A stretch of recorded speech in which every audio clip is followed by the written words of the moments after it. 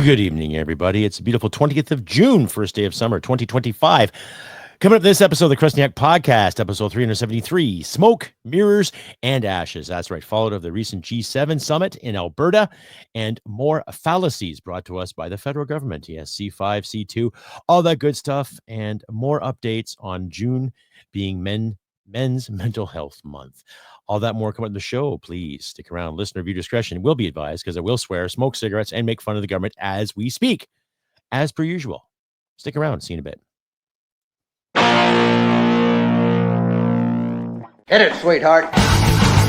Because I am hard, you will not like me. Yes, sir. There is no racial bigotry here.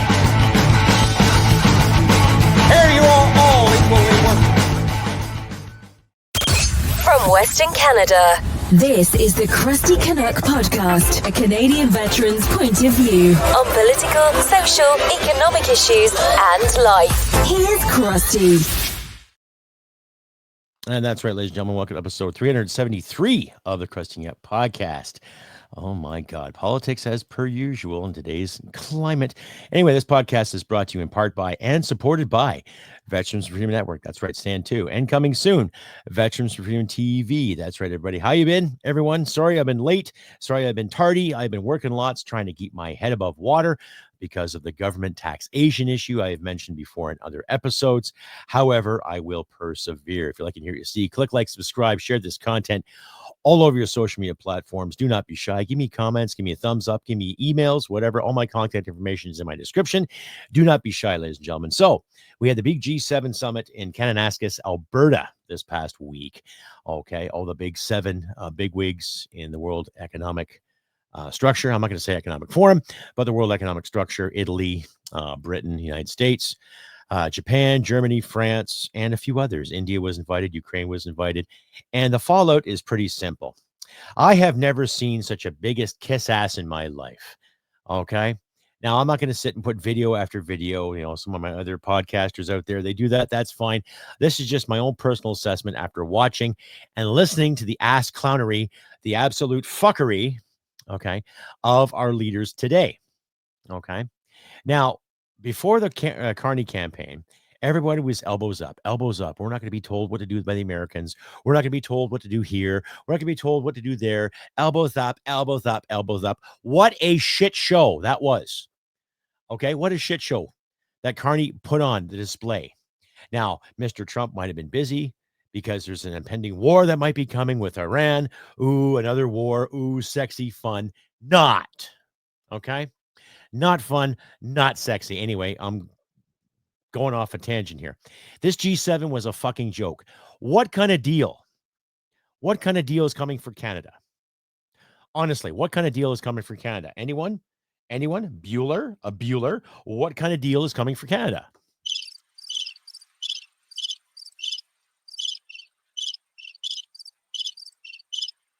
Sweet FA, ladies and gentlemen, sweet FA. Okay. Basically just a meeting to sit around and hobgobble how we could screw each other's resources over and slap and tickle for someone else's pickle, right?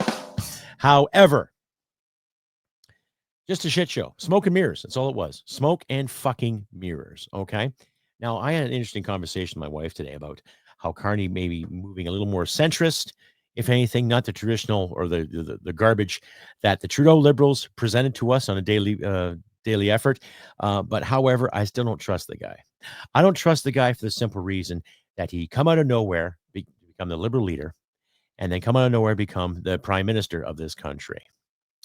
Okay. And I don't buy the shit show. I don't buy the charade. I don't buy anything about it whatsoever. Okay. Because he's planning to borrow another $250 billion for the so-called plans he has for our military and upgrading.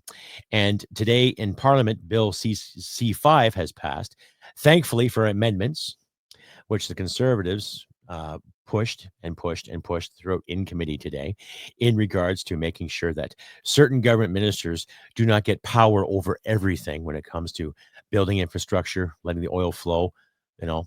But what would have been better for a C5 if they actually banned or got rid of Bill C69, the oil issue, the no pipelines law, and Bill C-48, the anti-tanker ban, to let our stuff get to markets. Now, the Liberals have talked a great game when it comes to infrastructure and bringing the economy together and being an energy superpower, yet they think energy superpower is going to come from wind and fucking solar. Okay? That's their logic. Okay? How many winters does this country have Canadians survived purely on wind and solar energy? I'll wait. Please, give me an answer. Give me a valuable answer, a valid answer to justify using wind and solar to become a superpower. Ooh, my God, we're a wind and solar superpower. Bullshit. It hasn't happened yet because we don't have the technology yet to enhance the power of the sun to a certain degree where a natural gas heater can do things. Right? We haven't embraced that power just yet, too.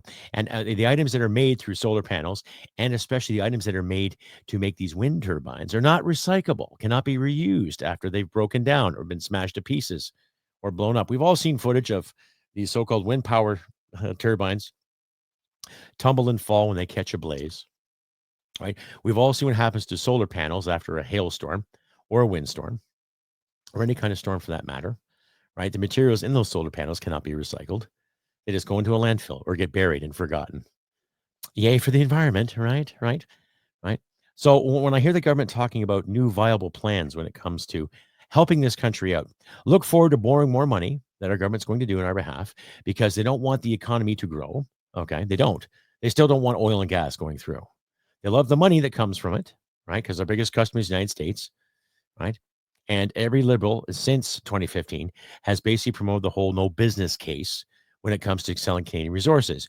Yet we're sitting on a gold mine of Canadian resources. We are sitting on a gold mine of oil, agriculture, you name it. Yet this federal government doesn't want to promote it because they want the green agenda.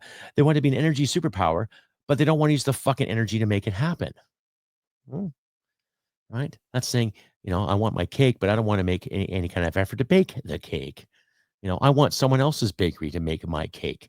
I want someone else to do this for me because we're just too goddamn virtuous to care. Right? That's what I get out of it. Right? The G7 summit showed, okay, how much Mr. Carney was kissing Donald Trump's butt. Okay? Even though Mr. Trump was there barely 24 hours because the issues that might be happening with Iran and Israel going head to head, going toe to toe. Right? Now, is there going to be another fucking war in the process? Are we going to have another transition to another Middle East war like we did in the early 2000s with the Gulf War, the second Gulf War, like we all did with Afghanistan? Yours truly was there. Another Iraq, another Iran. Which is it? I don't know about you, but it just the shit sandwich is getting, more shittier as we speak every day. Stay updated and follow Crusty Canuck on Facebook, Twitter, Gab, Telegram, YouTube, and Podbean. Subscribe today and donate at crustycanuck.ca. And you're back, ladies and gentlemen, the Crusty Canuck Podcast, episode 373, Smoke, Mirrors, and Ashes. Hi, everybody. I'm your host, Crusty Canuck. If you like to hear what you see, click like, subscribe, share this content all over your social media platforms. Do not be shy, ladies and gentlemen. Give me a thumbs up. Give me some comments. Give me some suggestions. Throw donations at me. Help me with my tax issues and all that, too. If you like, all my links and information are in the description. So please give generously if you can, too. Check out my shop. I'm trying to update my shop, trying to get things on the go here, try to actually make some viable income through this podcast. But I can't do this without your support, ladies and gentlemen. So please consider donating today at your leisure as well. And we're carrying with this episode, too, more of my ranting and raging over the G7 catastrophe and the C5 issue, too. Now, as far as I know, the Conservatives put in their 2 cents worth, and the bill is going to be passed as long as there's not going to be any kind of government intrusion. Now, C5 itself at first did not sound too promising. They talked about a Canada economy, a one big economy. But I'm thinking let every province make their own goddamn money and decide properly. That's just my 2 cents worth. You go into business, you have a resource in your province, make all the money you want. Quebec does it with their hydroelectricity that they sell to the United States and to other parts of the country, like Labrador and Newfoundland. Why can't Alberta sell its oil to other customers other than just the United States, right? Oh, but Alberta oil is dirty. We can't have that sort of behavior here. Oh my goodness, how dare you? No, don't do that. But you just keep coughing up the cash, right? Again, back to my analogy. They want the cake, but they don't want the parts and the guts and the glory to fucking make it. But Alberta makes it all the time. Anyway, I'm digressing. Anyway, carrying on with this whole spiel. I just didn't think the G7 was worth it, ladies and gentlemen. It was, like I say, it was smoke and mirrors. And the ashes will come from the greater debt that the federal government wants to promote and throw down our faces again when they want to borrow and reprint money, right? Reprint all this money to make all these things happen. And I've had people say, well, Crusty, they're going to update the military. Oh, Crusty, they're going to help seniors out. Oh, Crusty, they're going to give us a tax break, which works at maybe about $1 a week. Right? Oh, $1. Wow, I might get that coffee I wanted on Sunday. Or I might get those jujubes and those couple of Twizzlers and maybe a slap and tickle for someone else's pickle, eh? Fuck that. What a shit show. This tax break's supposed to come alive come the 1st of July, right? Seniors get maybe save $1 a week. Okay. My wife and I might save maybe $50 a month if we're lucky. Maybe $40. Who knows what the inflationary means? Other tangents, right? What the fuck do we know? Right? So again, people bought the whole spiel. They bought the spiel again before Christmas when Miss Freeland was talking about the GST off of certain items, Oh, some people's kids, eh? Right? So with this looming war that might happen with the United States and Iran and who knows what else, right? People are still buying the whole elbows up montage. Yet how many elbows were up when Mr. Carney was talking with Trump, right? We all saw it before when he actually met President Trump at the White House just after his election, where he sat there, maybe said a few words for about 2 or 3 minutes, and Mr. Trump was going on a tangent for a good half hour. So where were the elbows up there, eh? Where were they? Were they around?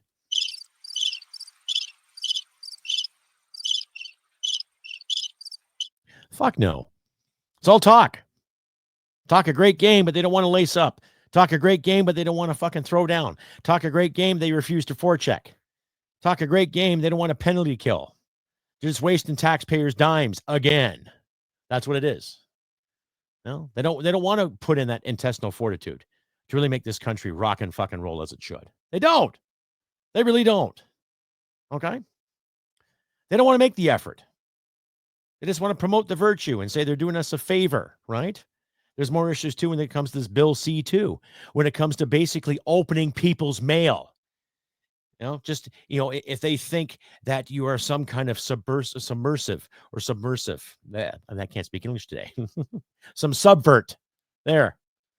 Or if they think you're questionable. Total invasion of fucking privacy. So you get more and more of this censorship coming here. I'll leave links to about C2 there in the description for you, ladies and gentlemen. But it doesn't look too promising when it comes to our mail.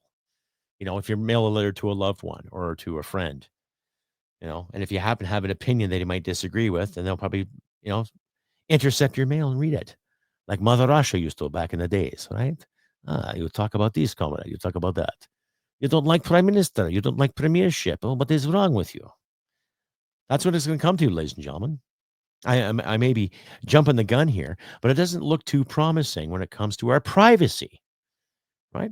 All the more reasons for people to actually sit back and go, this government is really not into it for us, right?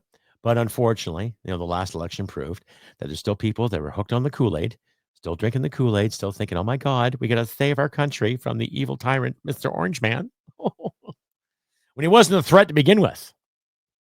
The threat in this country, ladies and gentlemen, is not Donald Trump, okay? It's not King Charles, okay? It's not some foreign enemy that's projected for our viewing pleasure. It's what's going on here in Canada, in Ottawa. Okay. There's people that keep talking about the separation movement that's gaining traction here in Alberta. I can honestly say I have more sympathy for the Alberta, separation movement than I ever did for La Belle Province or any other province for that matter. Okay. Because the Alberta money that is generated every fiscal year that gets graciously handed to Ottawa, that doesn't get distributed back to the West as it should, right, is the golden cow of this country's economy thus far. Now, throw in some agriculture there, throw in some other natural resources, you got a good money, a good flow of income, a good revenue. Never mind what the taxpayers have to pay. Yours truly is paying a lot of taxes now. Now, I'm taking partial responsibility for not filing properly, but in the same sense, I don't trust the CRA math. It goes up there with a new math. They try to ram down kids' throats, right? It goes up there with a nouveau mentality. It goes up there with Newspeak from frickin' 1984, the way our tax system works in this country, ladies and gentlemen. So all the taxes that people like yourself, myself, my wife, my family, my sisters, even my nephew and my niece, okay, they're starting to pay some ridiculous taxes. And they just turned 18, for fuck's sakes. So what's that tell you? Right? What does that tell you? It's a shit show. It's a con. All this money going to taxes, and yet we still have this great, humongous debt. And yet the powers that be want to print more money and invest in our military as they should, right? More smoke and mirrors, because I'll believe it when I see it. I'll believe it when I see those required battle tanks on the field. I'll see it when we have our Navy up and running. And I'll believe it when I see our Navy up and running. I'll believe it when the Northwest Passage is being guarded and patrolled properly, as it should have been many years ago. I'll be happier when the actual dew line is reinstated and there's some modernization. Be able to check the skies at night so we can sleep tight here down in the south. You know what I mean? Things like that, right? I'll be happier too when I can actually look at some fellow comrades in uniform without worrying about their fucking long hair and piercings and tattoos. And I'll be happier too when I don't see any more fucking tampons in the male's washroom, just in case someone identifies. Because in the battlefield, the enemy's not going to goddamn care how you identify. They're just going to go, ooh, enemy, bang. That's it. That's it. Right? So to all those wokies out there that still want to stand by these modernization mandates they kept pushing down people's throats, fuck off. I bet you half of you clowns ever even stepped foot outside of Canada. Right? Or faced any kind of fucking danger other than maybe some hurt feelings. You called me a poop head. Called me a yard ape. What am I going to do? Suck it up. Welcome to military life. Anyway, I'm ranting too much about this, but the G7 just never did it for me, ladies and gentlemen. It never really did it for me. It never got me. It just never got me. It was a shit show. What kind of deal did Canada get out of it? What kind of deals are coming to Canada because of the G7? What kind of deals? What's in the process for us, ladies and gentlemen? What's in the mix? Nothing. Just virtue signaling, just like the last government. Now, mind you, Mark Carney has an actual education. Or actually got some smarts. Not smart enough to really give two fucks about this nation. And his cabinet is the same way. Right? Now, but thank God for the conservatives actually stepping up for C5 and amending it properly where things just might get done in a timely manner. It's not going to happen overnight, right? But they're actually trying to get rid of some of the red fucking tape. And we all know that Mr. Carney did nothing but hijack Pierre Poilievre's talking points when it came to the election, right?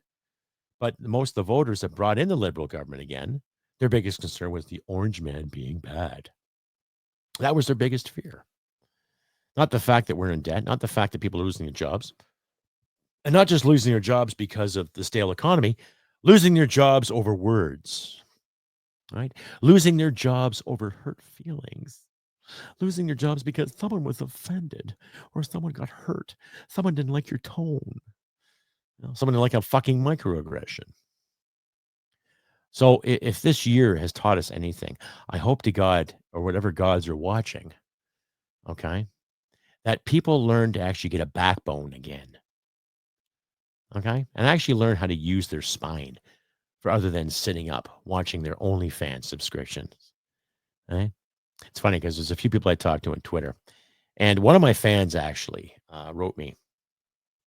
She likes my show, she likes what I do, and she wanted me to look at her OnlyFans page. I said no. No offense to her, an attractive young lady, but I'm a married man too. Okay, I love my wife dearly, and it wouldn't be fair to her if I was oogling at some OnlyFans page. And for you married guys out there, you fucking think about that too, right? Even some of you married women, right? Anyhow, and I just told her politely, I said, no, it wouldn't be fair to my wife. She offered me a free page. Hey, I'm not going to turn it down, but I'm not going to look at it either. You know what I mean? So that being said, we got to get our priorities back in order, ladies and gentlemen. Social priorities too. All right. which brought me to a couple of epiphanies I had back from my life, from my past, when I was a single lad and I was out playing the field, being a bit of a douchebag. No, correction, I was a douchebag. There, I said it. There's a few people that I hurt that I didn't want to, and I've apologized to them before, but I'll apologize again.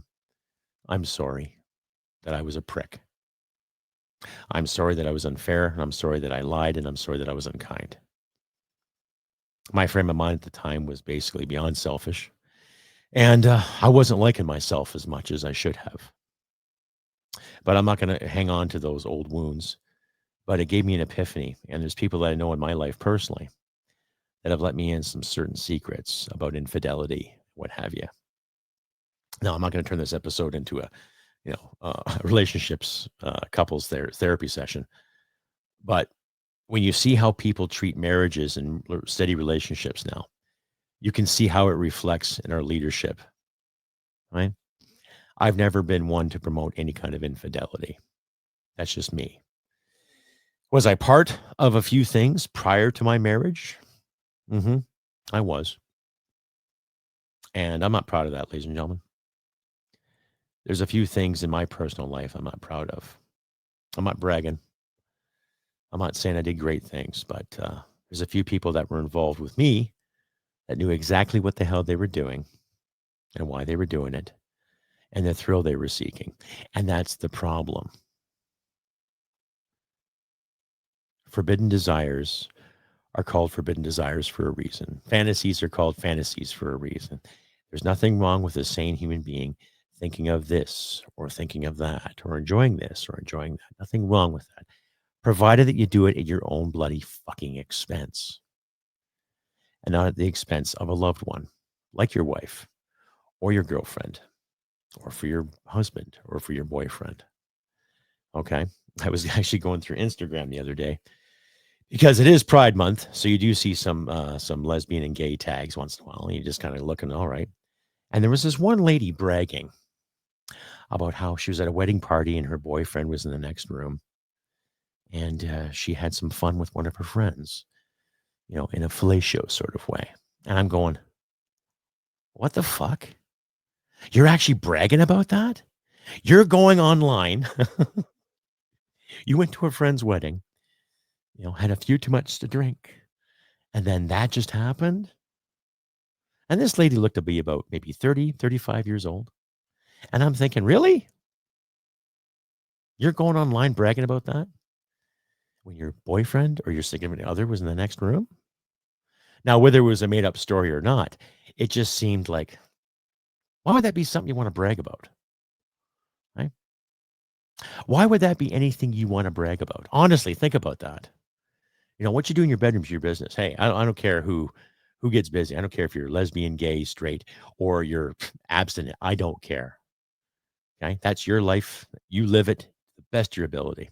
But if we got to go online and brag about that kind of shit, I think that's a question of your own character, not your sexuality or your boyfriend's sexuality or anyone's sexuality. That's on you. I highly suggest you sort that the fuck out. Right? But I'm still off on a tangent here too. I just with June being the month that it is. Like I say, I don't care who's gay or straight. Knock yourselves out. Everyone deserves proper rights. Everyone deserves the ability to go about their business and to love who you want. But as I said in my last episode, there's a fine line between loving somebody and lusting for somebody. Right? And regardless if you're religious, regardless if you're not religious, regardless if you're this or that, you have to pay for the consequences of your decisions and actions. And I've seen all the excuses, and I've actually heard a lot of the excuses before too, from friends of mine that caught their spouses doing something, from ladies that I was seeing prior to my marriage that gave me lame excuses, and some of the lame excuses I gave in return. So there comes an epiphany in your life. If you choose to listen, I highly suggest more and more people listen to it though, and listen to their guts when it comes to, is this right? Is this not right? Why am I bragging about this? Why am I doing this? Why am I doing that? Because your actions will hurt other people. And I'm all for anyone exploring what they want to explore. Go for it. Go for it. As long as you're doing it at your expense, not mine, not your lovers, not your boyfriends, not your girlfriends, at yours. Right? It's just simple. And just a reminder, too, because it is June, happy Pride Month to my gay friends out there. But I'm also going to talk more about men's mental health again, too. Yours truly, I've said before, ladies and gentlemen, does suffer from PTSD. I was diagnosed in 2014 because I wanted to take my life. I wanted to check out. There, I've said it. I didn't like myself. I didn't feel good about myself. Every time I touched something, it turned to shit. My marriage was kind of rocky. I was rocky. I wasn't good. I didn't feel good. And lucky I managed to get into a support network that gave me a hand. After fighting for it, mind you, there's parts of our military system that just kind of dismiss still, right? But there are people out there that do give a shit, and they show themselves every day. So a salute to the individuals out there that give a shit and listen to the troops and listen to a lot of people, especially the men out there that are hurting. And I'm going to remind my audience, too, that there's nothing wrong, gentlemen, if you hurt. If any of my male friends and fans are listening to this show, don't ever be ashamed of hurting. Don't ever be ashamed for asking for help. Don't ever be ashamed for expressing yourself. Right?